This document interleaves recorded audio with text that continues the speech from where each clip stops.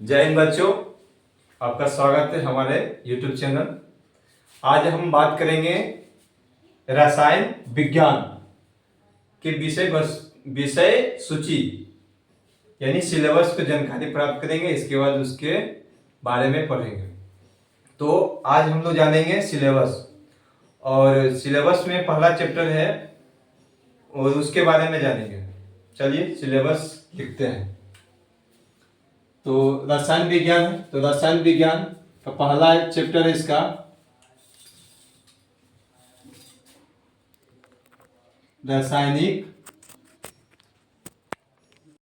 रासायनिक अभिक्रियाएं।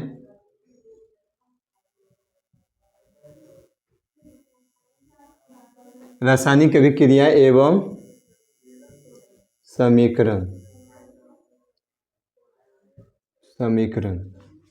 दूसरा है अम्ल, भस्म एवं लवण।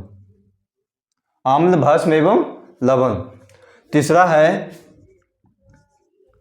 धातु एवं अधातु। धातु एवं अधातु। चौथा है कार्बन तथा इसके यौगिक। कार्बन तथा इसके यौगिक। पांचवा है आपका तत्वों के आवर्ती वर्गीकरण।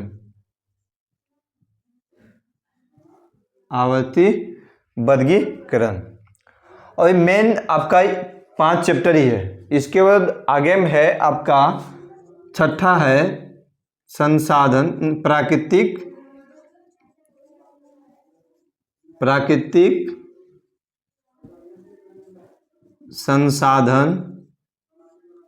संसाधन के प्रबंधक।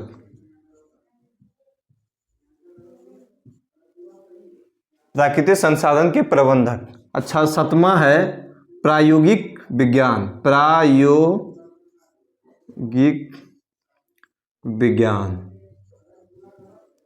ये है आपको मेन चैप्टर। आपको पढ़ना है 5 को पढ़ना है। बाकी बात इधर इसमें कुछ भूगोल में भी पढ़ लेना है, और ये प्रैक्टिकल ही है।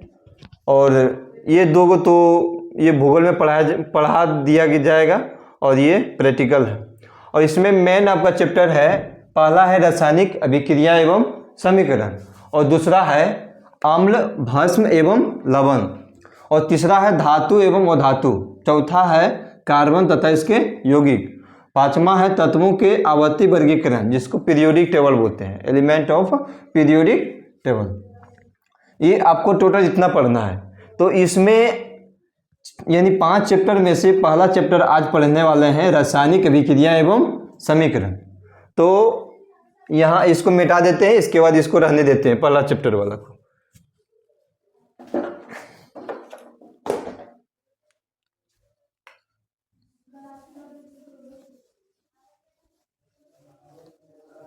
तो रासायनिक अभिक्रिया एवं समीकरण, तो इसमें है एक रासायनिक अभिक्रिया एवं समीकरण, यानी रासायनिक अभिक्रिया के बारे में पढ़ना है और उसके समीकरण पढ़ना है। तो इसका इंग्लिश होता है केमिकल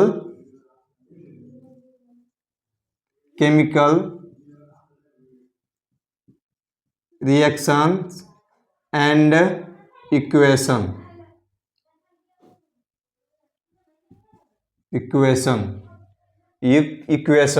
ये आपका इसका इंग्लिश रहा। तो इसमें रासायनिक अभिक्रिया एवं समीकरण, तो सबसे पहले हम जानेंगे कि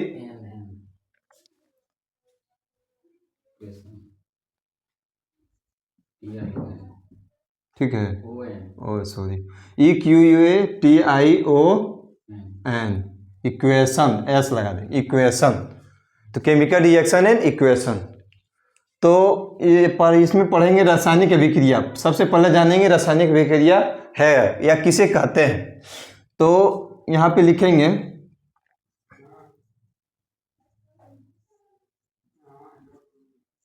रासायनिक अभिक्रिया, रासायनिक अभिक्रिया यानी केमिकल रिएक्शन, इसका इंग्लिश है केमिकल रिएक्शन, केमिकल रिएक्शन। तो इसका पहले परिभाषा हम लोग जान लेते हैं, तो समझेंगे कि जब कोई पदार्थ किसी दूसरे पदार्थ से संयोग करके भिन्न गुण वाले नए पदार्थ का निर्माण करता है, उसी को रासायनिक अभिक्रिया कहते हैं। जैसे कहने का मतलब है कि H2 प्लस Cl2 मिलके क्या बन जाता है, HCl, और कहने का मतलब है N2 प्लस O2 मिलके बन जाता है 2NO। अभी 2 हटाइए, संतुलित नहीं कर रहे हैं, NO। तो इसी तरह जो एक पदार्थ या दूसरे पदार्थ से संयुक्त करके नए पदार्थ का निर्माण करता है और भिन्न गुण वाले, उसी को बोलते हैं रासायनिक अभिक्रिया। तो इसका हम परिभाषा लिखते हैं, इसके बाद इसका एग्जाम्पल चलेंगे। तो लिखेंगे जब कोई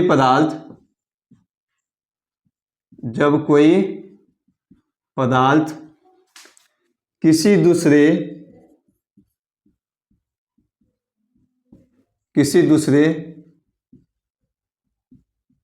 पदार्थों से संयोग करके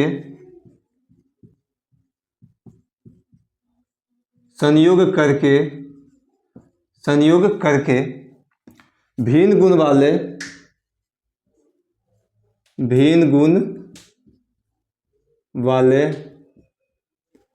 वाले पदार्थों का निर्माण करता है, पदार्थों का निर्माण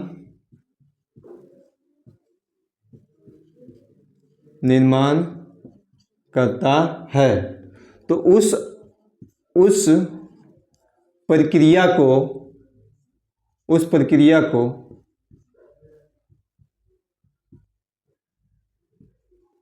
रासायनिक अभिक्रिया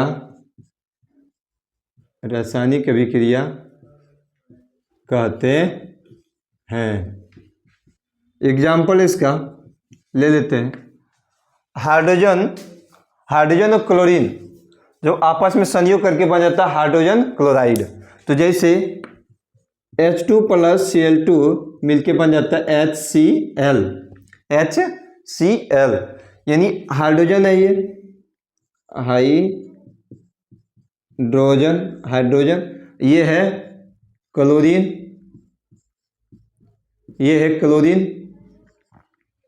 ये आपस में संयोग करके हाइड्रोजन क्लोराइड बनाता है, हाइड्रोजन क्लोराइड। तो इसको बोलते हैं हाइड्रोजन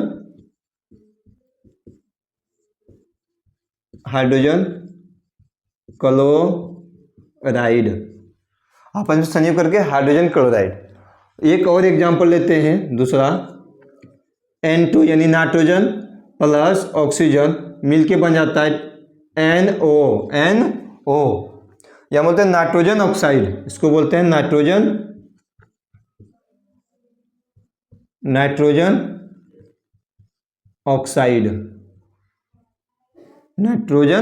ऑक्साइड, ये इसका नाम है। तो आपस में क्या कर रहे हैं, संयोग कर रहे हैं। एक पदार्थ किसी दूसरे पदार्थ से संयोग करके नए पदार्थ यानी भिन्न गुण वाले नए पदार्थों का निर्माण करते हैं।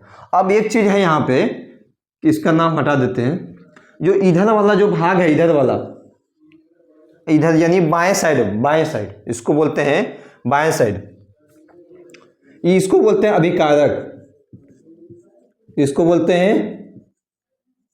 अभिकारक, इधर वाला दाएं साइड को बोलते हैं प्रतिफल।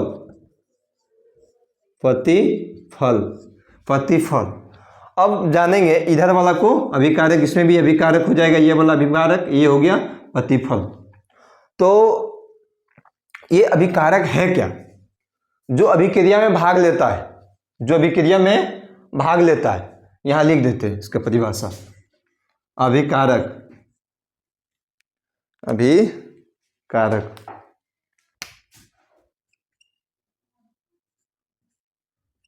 अभिकारक, अभिकारक जिसको इंग्लिश में बोलते हैं रिएक्टेंट, रिएक्टेंट, रिएक्टेंट। इसका परिभाषा है वह पदार्थ, वह पदार्थ, वह पदार्थ जो जो जो अभिक्रिया में, जो अभिक्रिया में भाग लेता है, जो अभिक्रिया में भाग लेता है उसे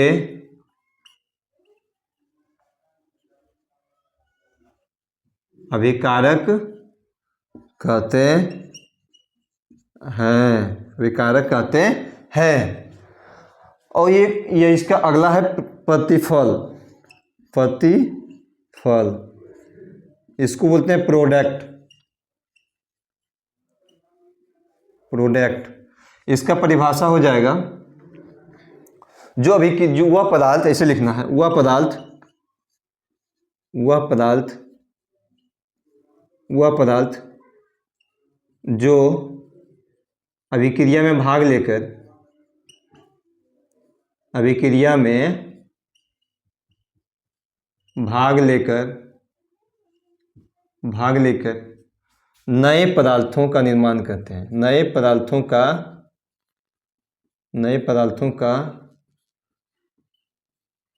निर्माण करते हैं, तो उसे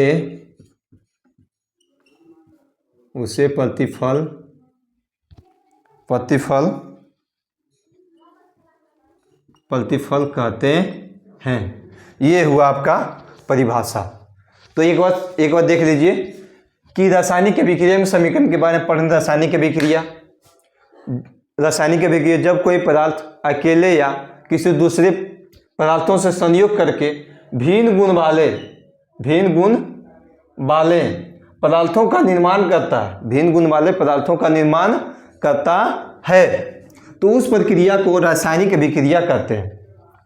और रासायनिक अभिक्रिया कहते हैं, जैसे एग्जाम्पल था इसका, जैसे H2 + Cl2 मिलकर HCl बना, N2 और O2 मिलकर NO बना। तो इधर वाले जो अभिक्रिया में भाग लिया, जो अभिक्रिया में भाग लिया उसको बोलेंगे अभिकारक, और जो अभिक्रिया में भाग लेकर नई पदार्थ बनाया उसको बोलेंगे प्रतिफल।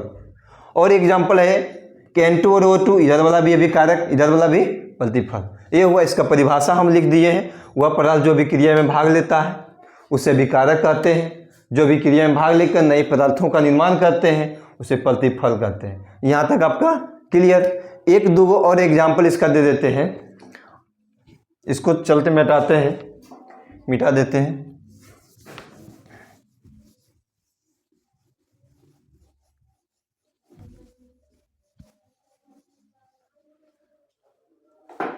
इधर वाला एक एग्जाम्पल है CaCO3, अभिक्रिया में भाग लिया, ये बन जाएगा CaO+ कार्बन डाइऑक्साइड। इसमें टूट जाएगा, एक से अधिक पदार्थों का निर्माण करता है, एक से अधिक पदार्थों का निर्माण करता है। इधर इसका नाम है कैल्शियम,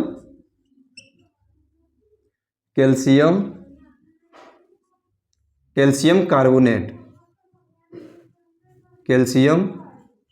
कैल्शियम कार्बोनेट इसका नाम है। ये बन गया है calcium oxide, calcium oxide, calcium oxide. और ये कार्बन डाइऑक्साइड,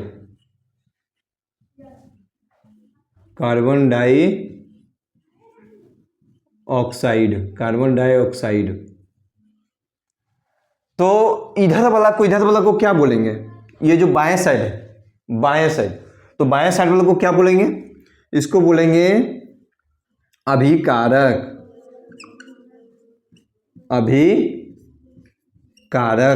इधर वाला को बोलेंगे प्रतिफल, प्रतिफल। तो अब यहाँ तक क्लियर हो गया है।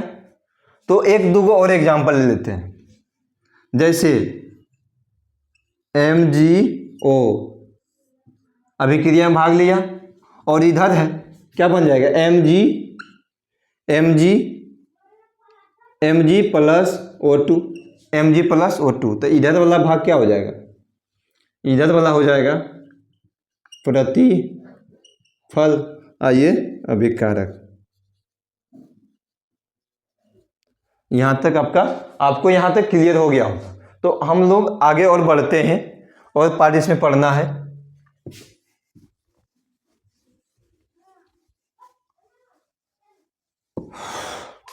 रासायनिक अभिक्रिया हो गया, अभिकारक प्रतिफल हो गया। तो हम आगे पढ़ेंगे रासायनिक अभिक्रिया की विशेषताएं। रासायनिक अभिक्रिया की विशेषताएं देख लेते हैं। रासायनिक रासायनिक अभिक्रिया की विशेषताएं। रासायनिक अभिक्रिया की विशेषताएं, तो इसकी विशेषताएं है क्या, तो इसकी प्रमुख विशेषताएं मुख्यतः 5, जैसे ताप में परिवर्तन, रंग में परिवर्तन और अवस्था में परिवर्तन, अवक्षेप का बनना, गैस की उत्पत्ति, ये सब के बारे में। तो इसका हम पहले लिख देते हैं। पहला इसकी विशेषता है गैस की उत्पत्ति, गैस की उत्पत्ति। दूसरा है अवक्षेप का बनना, अवक्षेप का बनना। तीसरा है इसका अवक्षेप का बनना हो गया। तीसरा है ताप में परिवर्तन, ताप में परिवर्तन। चौथा है रंग में परिवर्तन, रंग में परिवर्तन।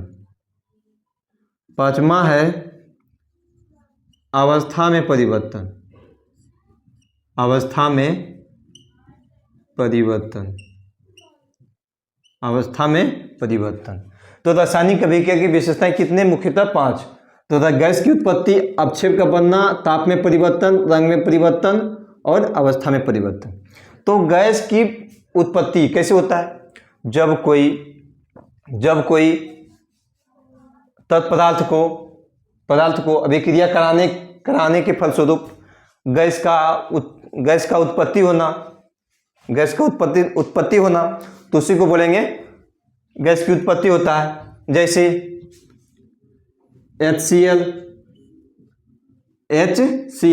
तो ये बन जाता है हाइड्रोजन और क्लोरीन। तो गैस का उत्पन्न हुआ, ये हुआ। और दूसरा ले लेते हैं, जैसे Na प्लस H2SO4, तो बन जाएगा Na2SO4 और गैस की उत्पत्ति हुआ। और दूसरा है जस्ता वाला Zn और HCl से विक्रिया कराएंगे, तो बन जाएगा ZnCl2 प्लस H2। तो गैस का उत्पत्ति हुआ। गैस को एरो से दिखा जाता है, इसका एरो ऊपर रहता है।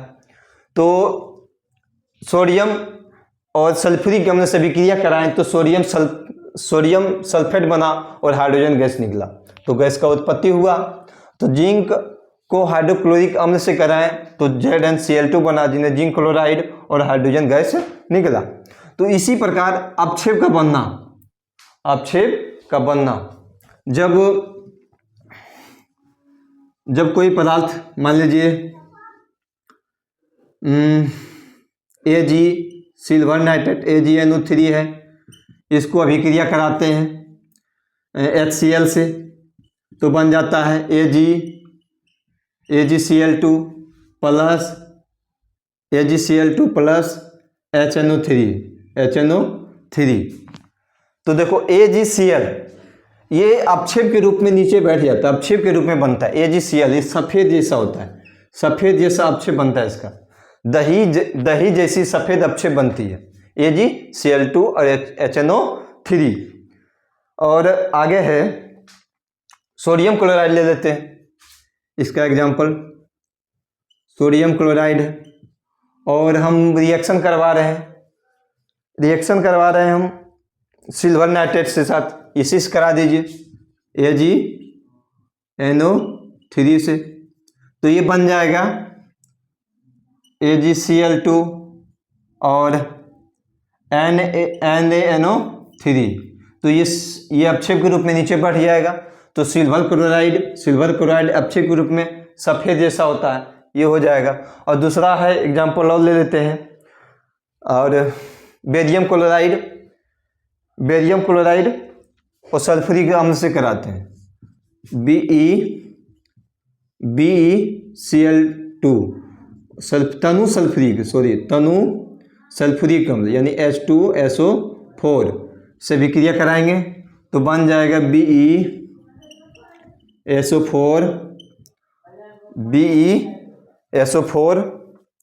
BeSO4 और HCl बन जाएगा 2HCl, यानी बेरियम सल्फेट। ये भी सफ़ेद जैसा होता है, ये भी सफ़ेद होता है। इस तरह इतना एग्जाम्पल हम दिखा दिए हैं। तो ये अपक्षेप का बनना इस तरह से विक्रिया कराएगा तो अपक्षेप के रूप में, यानी इसका एरो किस तरह रहेगा, नीचे रहेगा। अपक्षेप नीचे की ओर दिखाया जाता है, तो अपक्षेप के रूप में ये बनता है इतना रिएक्शन। तो आगे हम लोग चलते हैं ताप में परिवर्तन।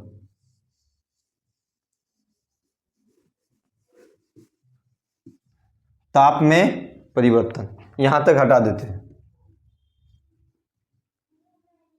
ताप में परिवर्तन, अब ताप वाला देखते हैं। ताप में परिवर्तन हम कह सकते हैं जब कोई अभिक्रिया यानी कली चूना को ले लेते हैं, जब कोई अभिक्रिया जल से कराई जाती है तो उसमें जो ऊष्मा निकलती है, उससे जो ऊष्मा निकलती है और उसकी ताप बढ़ जाती है, तो उसी से अभिक्रिया ताप बढ़ जाती है, तो उसी से ताप ऊष्मा निकलता है, तो उसी को बोलते हैं ताप में परिवर्तन। जैसे कली चूना ले लेते हैं यानी CaCO3, जल से विक्रिया करा दीजिए, तो जल से जैसे ही कराएंगे तो बन जाएगा चूना, जिसको बोलते हैं बुझा हुआ चूना, कैल्शियम हाइड्रोक्साइड, और कैल्शियम हाइड्रोक्साइड और कार्बन डाइऑक्साइड निकल जाएगा, और इसे ऊष्मा भी निकलेगा,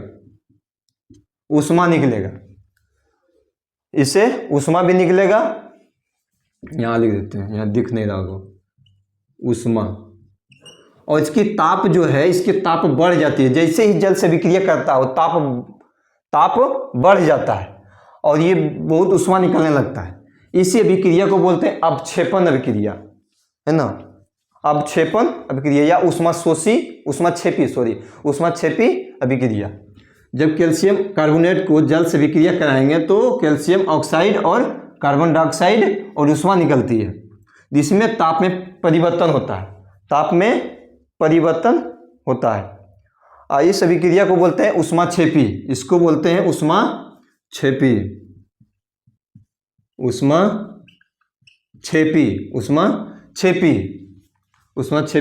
अभिक्रिया,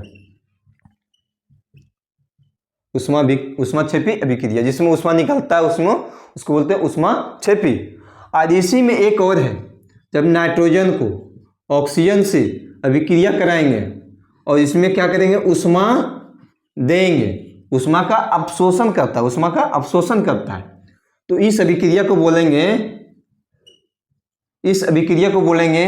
ऊष्मा शोषी, इस अभिक्रिया बोलेंगे ऊष्मा शोषी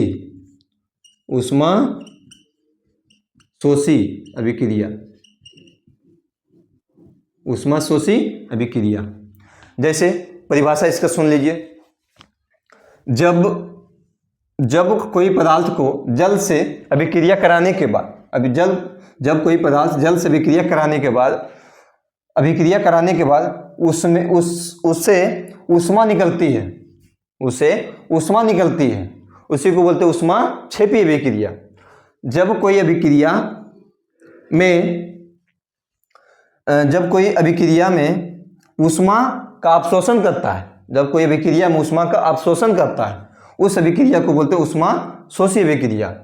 और इसकी ताप जो है, ताप कम हो जाता है, इसकी ताप जो है, ताप घट जाता है, इसे लिख रहे हैं, ताप घट जाता है, ताप घट जाता है और ठंडक महसूस होता है, ठंडक, ठंडक महसूस होता है, होता है। तो इन मिला के सब अभिक्रिया को बोलेंगे उष्माशोषी। और जिसमें ताप क्या होते हैं, बढ़ जाता है, ताप बढ़ जाता है, बढ़ जाता है। इस अभिक्रिया को उष्माक्षेपी अभिक्रिया कहते हैं। चलिए आगे देखेंगे अब रंग परिवर्तन। रंग में परिवर्तन कहने का मतलब है पोटेशियम, ये हो गया आपका, यहाँ मिटा देते हैं इसको,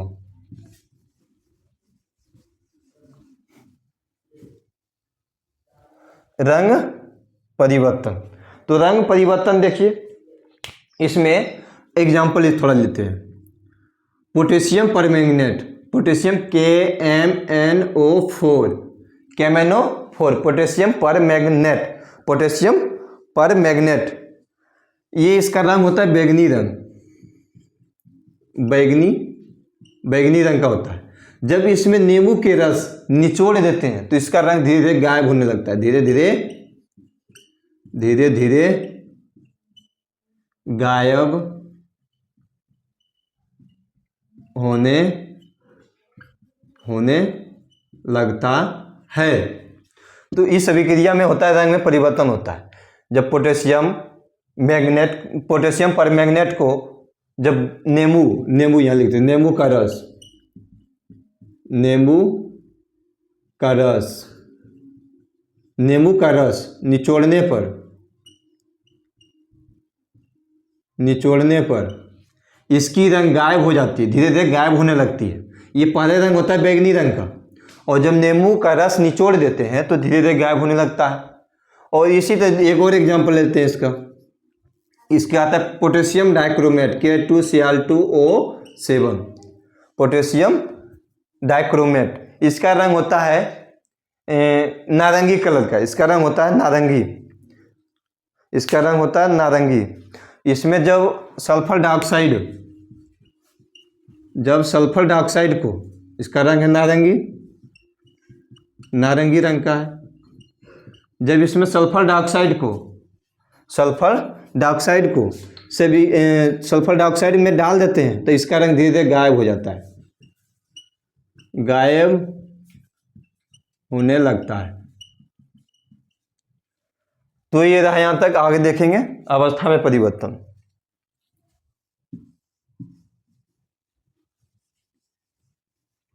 अवस्था में परिवर्तन यहीं पे रहेंगे। अवस्था में परिवर्तन देख लेते हैं। जब मान लीजिए कोई मोमबत्ती है, मोमबत्ती है, तो मोमबत्ती को जलाने पर, मोमबत्ती को जलाने पर उसकी जो मोम होती है, उसकी जो मोम होती है, मोम, वो द्रवित होकर और उससे गैस भी निकलने लगती है, द्रवित होकर गैस निकलने लगती है। इसी में होता है अवस्था में परिवर्तन। ये मोमबत्ती है और जब मोम को जलाते हैं, मोम धीरे धीरे द्रवित हो जाता है, लिक्विड हो जाता है और उससे कुछ गैस निकलती है, इसी में अवस्था में परिवर्तन होता है। ठीक है, आज तक यहीं तक, फिर मिलते हैं नेक्स्ट वीडियो में। कुछ कटफट हो रहा है।